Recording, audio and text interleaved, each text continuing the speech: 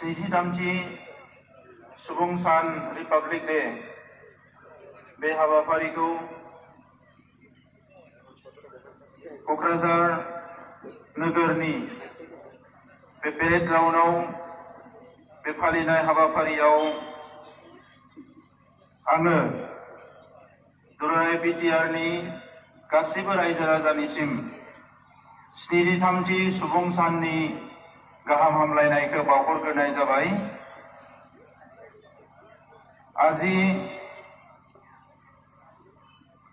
৭৩তম গণতন্ত্ৰ দিৱস উদযাপনৰ এই মুহূৰ্তত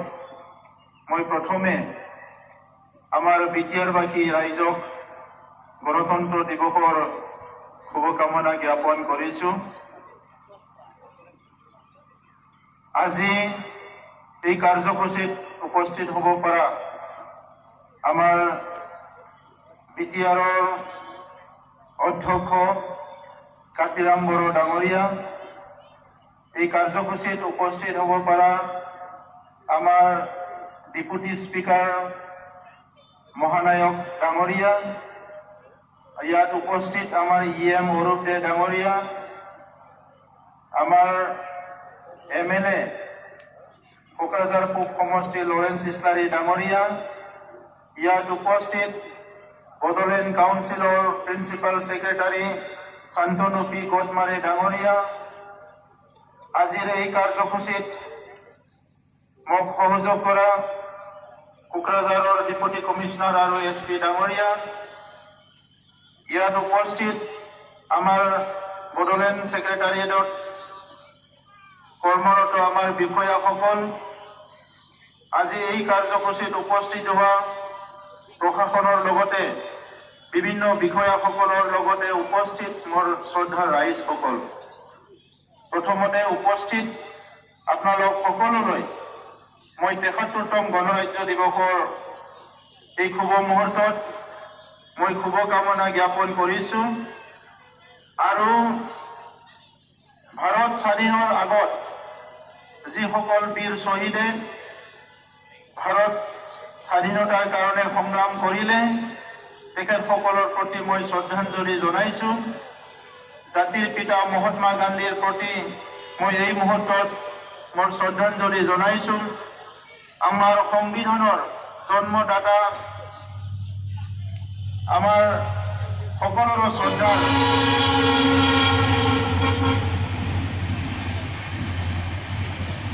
বি.আৰ. আম্বেদকাৰ মই এই সময়ত শ্ৰদ্ধাঞ্জলি জনাইছোঁ। ভাৰতৰ প্ৰথম প্ৰাইম মিনিষ্টাৰ জৱাহৰলাল নেহৰু আৰু প্ৰথম প্ৰেছিডেণ্ট তেখেতসকলৰ প্ৰতিও মই এই সময়ত শ্ৰদ্ধাঞ্জলি জনাইছোঁ। सिबिनां रायजोफोर दिनै भारत हादरा स्निजिथामथि सुबुं सान फालिगासिनो दङ। 1950 मायथाइनि 22 जानुवारियाव भारतनि संबिधानखौ गनायनानै लादोंमोन आरो 1952 मायथाइनिफ्राय बियो भारताव भारतनि मोनसे बयनिख्रुइबो गोनांसिन मोनसे हाबाफारि हिसाबै बेखौ लानानै भारतनि सारा हादोरनाङैनो बे जोंनि संबिजितखौ जोङो मानिनाय फोसावनाय बे हाबाफारिफोरखौ जागायदोंमोन। दिनै जों बयबो मिथिगौ मोनसे हादोरा सोलिनो थाखाय बिनो माखासे नेमखान्थिनि गोनां जायो आरो बे नेमखान्थिखौ मोनसे संबिजिता जोंनो होनो हायो। दिनै 21st सेन्चुरियाव भारत हादोरा मुलुगनि गेजेराव जौसिन सुबुं राराखान्थिजों सोलिनाय हादोर होननानै मिथिजानो हादोंब्ला बिनि गुबै जाहोनानो जाहैबाय भारतनि संबिधान एबा भारतनि संबिजित। दा बे संबिजितखौ गनायनानै लानायनि उनावनो भारत हादोरा मोनसे डिसिप्लिननि गेजेरजों सोलिनो हादों आरो दिनै भारत हादोरा केन्द्रीय सरकारनि लेभेलावल' नङा, राज्य सरकार, डिस्ट्रिक्ट लेभेल, काउन्सिल लेभेल आरो ग्रासरुटसिम जोंनि डेम'क्रेटिक सिस्टेमजों जोङो सोलिनो हादों। आरो बिनि गुबै जाहोनानो जाबाय जोंनि भारतनि संबिधान एबा भारतनि संबिजित दा बेनिखायनो बेखौ जाय बिथांमोना सोरजिनानै गालांबाय बै सोरजिनानै गालांनाय दैदेनगिरिफोरनिसिम आङो गोसो गोरबोनि सिबिनाय आं बे समाव बावहरबाय दिनै बे समाव आङो बर'नि माखासे दैदेनगिरिफोर बै समाव राजखान्थि भाबे जायफोर सांग्रांमोन भारत हादर दानायाव बाहागो लादोंमोन भारत हादरनि थाखाय जायफोरा सेक्रिफाइस खालामदोंमोन माखासे मुंख्लं जादोंमोन बे गासैबो बर' फिसाफोरखौ आङो गोसो गोरबोनिफ्राय खुलुमनाय आरो सिबिनाय बे समाव बावहरो दा मानगोनां रायजोफोर गणतन्त्र एबा सुबुं दारा खान्थिखौ बुजिनांगौआ जोंनि थाखाय एखम्बा जोङो गोब्राब बायदि मोनो नाथाय सुबुं दारा खान्थियानो मुलुगाव बयनिख्रुइ गनायसिन जानाय आरो मोजां मोनजानाय मोनसे खान्थि बे खान्थिखौ जोङो मोजाङै सालायनानै लांनो हायोब्ला एबा मोजाङै बुजिनो हायोब्ला मोजाङै फालिनो हायोब्ला जोंनि ओनसोलल' नङा जोंनि हादोरल' नङा जोंनि रायजोल' नङा जोंनि काउन्सिलल' नङा जोङो साफ्रोमबो सुबुङानो आलो गोजोनै गावनि मान सन्मान आरो इज्जतखौ लानानै गावनि डिगनिटिखौ लानानै थांनानै थानो हागोन आरो बेनिखायनो जों बयबो दिनै उदांस्रि भारतआव जोङो 73थि जि जोंनि सुबुं दारा खान्थि एबा जोंनि रिपाब्लिक डे जोङो फालिदों बे रिपाब्लिक डे फालिनायजों जोङो बयबो समायखिरा लानांगोन जे जोंनि माहारिनि गेजेरावबो जोंनि ओनसोलावबो जोंनि जेराव जेरै जों सोलियो अफिस आदालतल' नङा गासैबो थाखोनि खान्थिफ्राव जोङो सुबुं दारा खान्थिखौनो बयनिख्रुइबो गोजौआव दोननानै जों बयबो खामानि मावनांगोन जोंनि ओनसोलफ्राव एखम्बा सुबुं दारा खान्थिया मोनसे संकटआव गोग्लैनो गोनां जायो जोङो सुबुंखौ मानिया नेमखान्थिफोरखौ मानिया बोलो गोनाङा बांसिन खाबुखौ लानो नागिरो सोलो गोनाङा बांसिन खाबुखौ लानो नागिरो बेबायदिबाथाय जोंनि गासैबो थाखोनि सुबुङा जौगालांनायाव जोबोद जेंना जायो गोरिब गुन्द्रा थाखोनि सुबुंफोरनोबो जोङो खुंथाय खान्थिनि जि मोन्थाय एबा खुंथाय खान्थिनि जि माखासे बेबस्थाफोरखौ मिन्थिहोनो थाखाय बिथांमोनखौबो मोनदांहोनो थाखाय आरो बिथांमोननोबो खाबु होनो थाखाय जोङो सुबुं दारा खान्थिखौ ग्रासरुटसिम जोङो गोख्रों खालामनांगोन दा नंखायनो रायजोफोर दिनैनि समाव जों बे सुबुं दारा खान्थिखौ बयबो गोसो होनानै जोङो गोख्रों खालामनो थाखाय आङो खावलायदों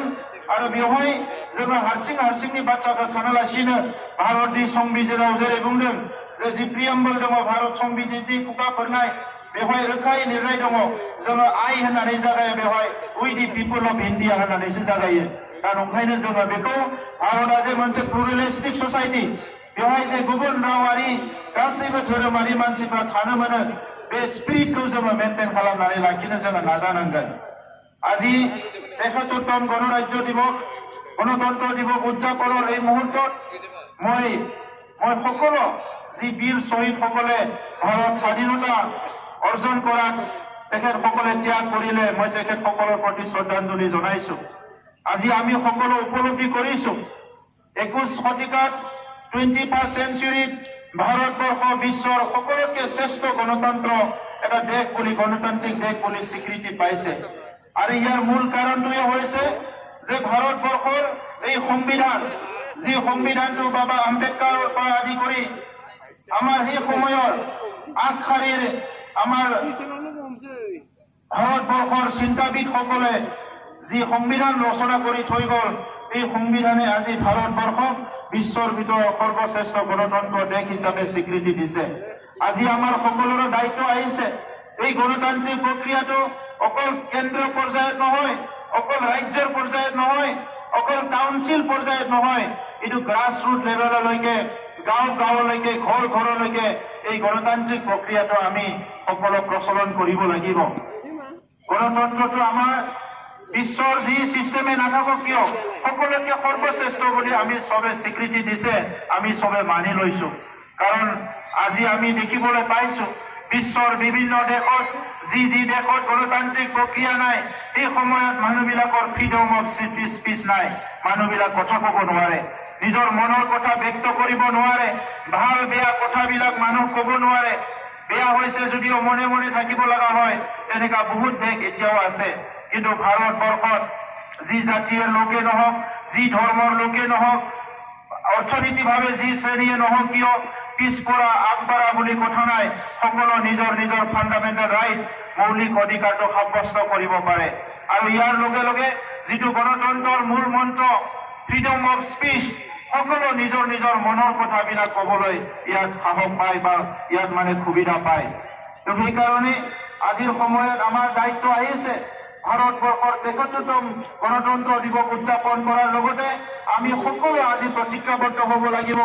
আমাৰ দেশখন আমি 100% গণতান্ত্ৰিক দেশ হিচাপে আমাৰ গাঁৱে ভূঞে ঘৰে আৰু সকলো ব্যক্তিৰ মন আমি গণতান্ত্ৰিক যিটো মনৰ স্পিৰিট এইটো আমি মেইনটেইন কৰিব লাগিব। কিছুমান সময়ত আমি দেখিবলৈ পাওঁ আমাৰ তাত অন্যায় হৈছে, কোনোবা মানুহ পাৱাৰফুল হৈ পেলাই নিজৰ পাৱাৰটো মিছ ইউজ কৰি আমাৰ গৰীব দুখীয়া মানুহবিলাকক শোষণ কৰিছে। কিছুমান মানুহবিলাকে আইনী ব্যৱস্থাটো মিছ ইউজ কৰি অপব্যৱহাৰ কৰি আমাৰ ৰাইজক হাৰাশাস্তি কৰিছে, বিভিন্ন সমস্যাত পেলাইছে। এই গোটেই কথাবিলাক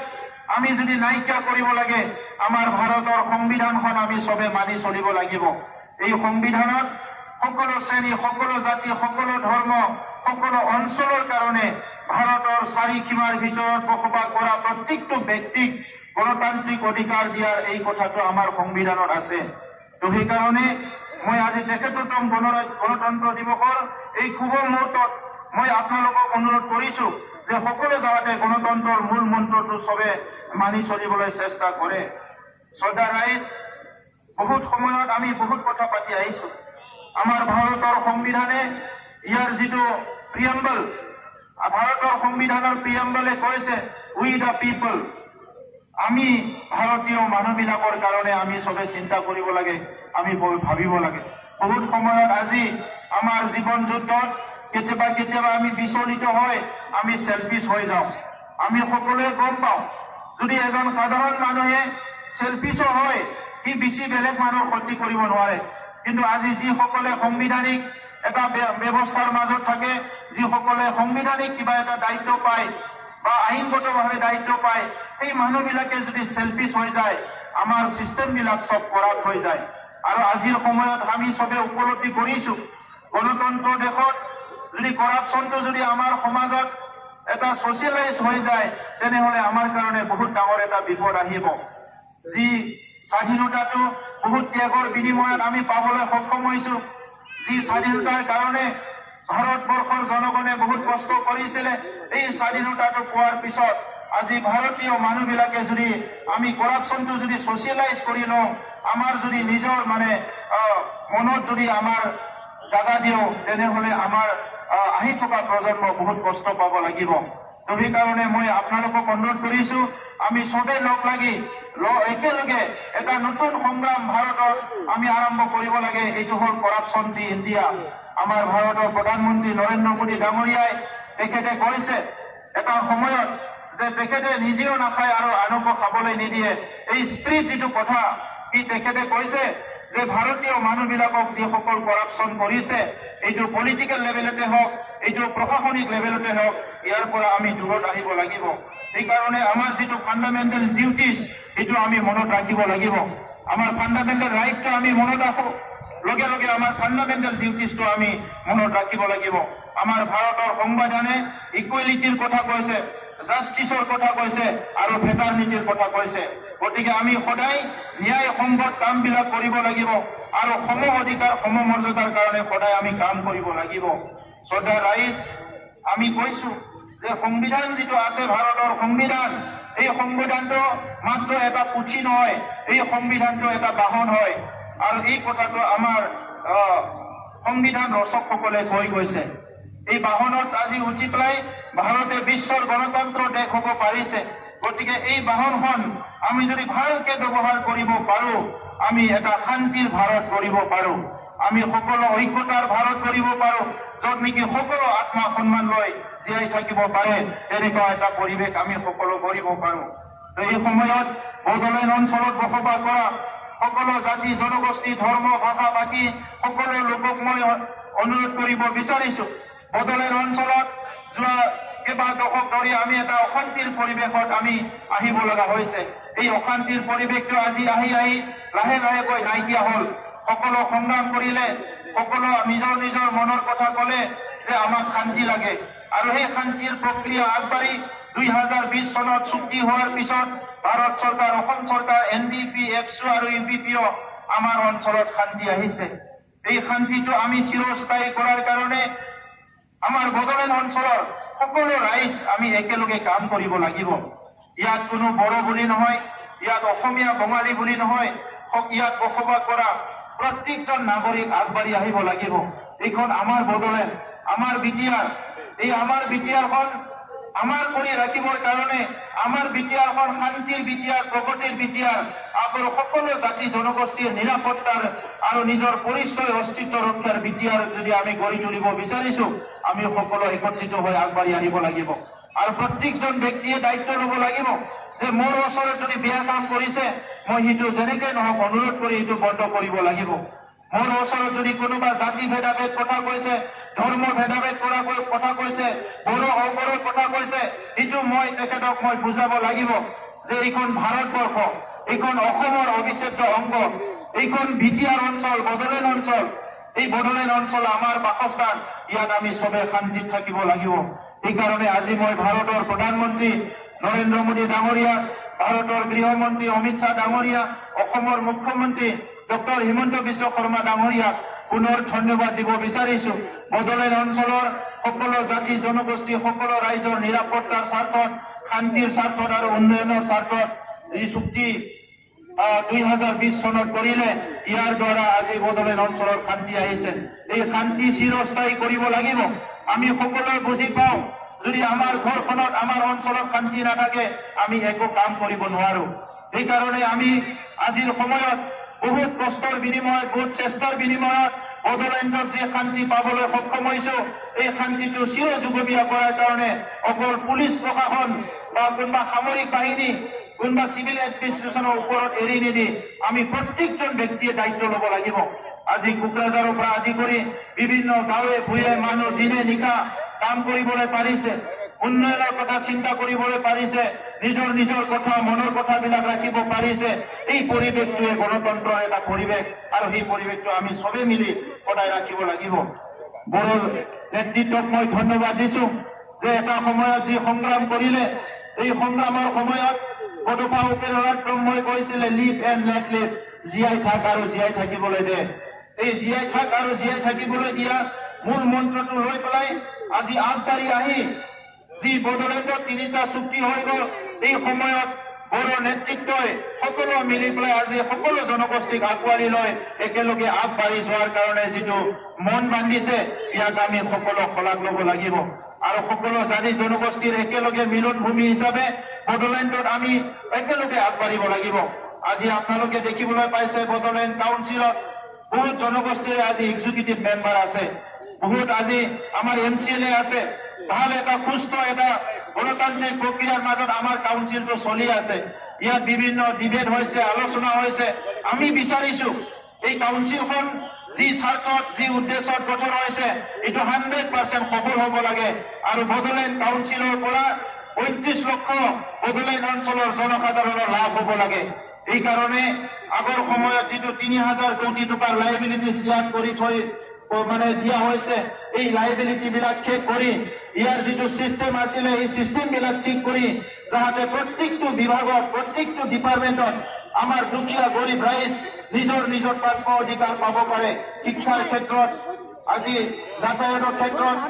আৰু অৰ্থনীতি উন্নয়নৰ ক্ষেত্ৰত মহিলা সবলীকৰণৰ ক্ষেত্ৰত যুৱসকলৰ সংস্থাপনৰ ক্ষেত্ৰত ভাল শিক্ষা গ্ৰহণৰ ক্ষেত্ৰত স্বাস্থ্য সেৱাৰ ক্ষেত্ৰত এগ্ৰিকালচাৰ যিটো আছে আমাৰ আজি এগ্ৰিকালচাৰৰ ক্ষেত্ৰত সব ক্ষেত্ৰতে বড়োলেণ্ড চৰকাৰখনে নিয়াৰিকৈ এটা বাস্তৱ ধৰ্মীয় প্ৰেক্টিকেল কিছুমান পদক্ষেপ লৈ পেলাই সাইণ্টিফিকেলি আমি কাম কৰিবলৈ ওলাইছো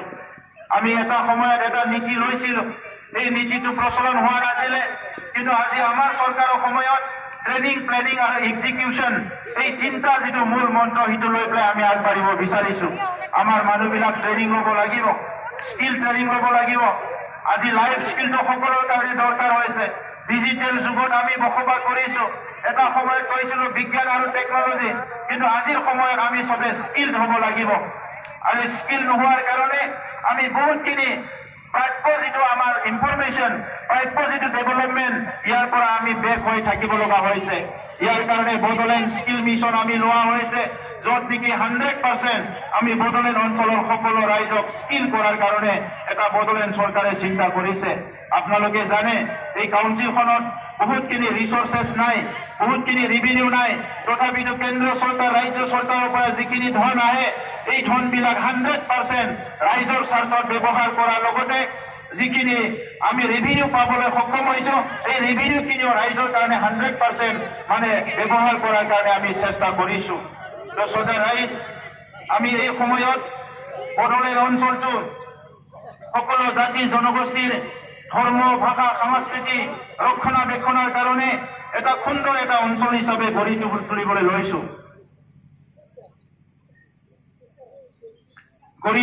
লৈছো। আৰু ইয়াৰ কাৰণে বিভিন্ন সময়ত বড়োলেণ্ড অঞ্চলত বিভিন্ন জাতি জনগোষ্ঠীৰ বহুত ক্ষোভ আছিলে যে বড়োলেণ্ডত আমি দ্বিতীয় নাগৰিক হিচাপে জীয়াই থাকিব লাগে, আমি তৃতীয় নাগৰিক হিচাপে জীয়াই থাকিব লাগে, আমি ভূমিৰ অধিকাৰ পোৱা নাই, আমি সাংস্কৃতিক অধিকাৰ পোৱা নাই। আৰু এই গোটেইখিনি কথা আজিৰ বড়োলেণ্ড চৰকাৰে উপলব্ধি কৰিছে। আৰু সেইকাৰণে আমি বড়োলেণ্ড এটা ৱেলবিং মিছন আমি আৰম্ভ কৰিছো, যাতে প্ৰত্যেকটো জনগোষ্ঠীৰ সমস্যা আমি এড্ৰেছ কৰিব পাৰো। আৰু সেই জনগোষ্ঠীবিলাকৰ কমিউনিটি হেপিনেছ এটা মিছন আমি লৈছো। আমি সকলো জনগোষ্ঠীৰ লগত চৰকাৰখনে নিজে নিজে গৈ পেলাই আমি কথা পতাৰ কাৰণে কিছুমান ব্যৱস্থা লোৱা হৈছে। আমি বিচাৰিছো যে ৰাইট আৰু জাষ্টিছটো লাষ্ট হাউচ হোল্ড, যিটো খেত দুখীয়া মানুহ, গৰীব মানুহ বুলি কয়, যাৰ থাকিবলৈ ঘৰ নাই, খাবলৈ দুমুঠি ভাত নাই, তেখেতৰ ৰাইট আৰু জাষ্টিছটো পাব লাগিব। আৰু সেই হেপিনেছ, মানৱ জীৱনৰ যিটো আনন্দ,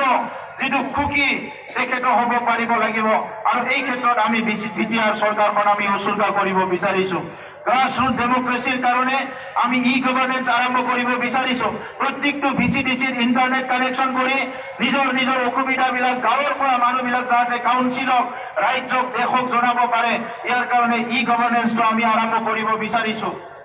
শ্ৰদ্ধা ৰাইজ, আমি সদায় বিচাৰো আমাক ভাল সমাজ লাগে। 6 শিডিউল অঞ্চলত ডেপুটি কমিশনাৰৰ একো ৰোল নাছিলে, কিন্তু বিটিআৰ চুক্তিৰ দ্বাৰা ডেপুটি কমিশনাৰৰ ডেভেলপমেণ্টৰ ক্ষেত্ৰত আমি ইয়াত কাম কৰিবলৈ এটা স্পেচ ওলাই দিয়া হৈছে। আৰু সেই হিচাপে অসম চৰকাৰে ইতিমধ্যে নটিফিকেশ্যন দিছে, এই ডিচিসকলক আমাৰ উন্নয়নৰ বিভিন্ন কামত আমি নিয়োজিত কৰিব পাৰিম। আৰু তেখেতসকলক ইয়াত থাকি পেলাই আমাৰ বিভিন্ন ডেভেলপমেণ্টৰ পেৰামিটাৰবিলাক তেখেতসকলে চেক কৰিব পাৰিব আৰু ইয়াত আমাৰ উন্নয়নৰ হেল্প কৰিব পাৰিব। ইয়াত কিছুমান ভুল ধাৰণা লৈ পেলাই মানুহবিলাকে ভাবি আছে যে ডেপুটি কমিশনাৰক ইয়াতে পাৱাৰ দিয়া হৈছে, ডেপুটি কমিশনাৰ আমাৰ বাহিৰত নহয়, ডেপুটি কমিশনাৰ এতিয়া আমাৰ আণ্ডাৰত, আৰু তেখেতসকলে আমাৰ লগত থাকি পেলাই কাম কৰিব।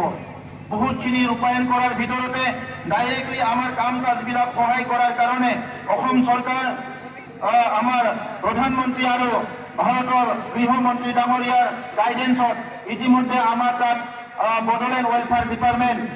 অসমত নতুন ডিপাৰ্টমেণ্ট গঠন কৰা হৈছে। মই অসমৰ মুখ্যমন্ত্ৰী ডাঙৰীয়াক ধন্যবাদ জনাইছো। এতিয়া বড়োলেণ্ডৰ যিখিনি কাম কাজ অসমত খুব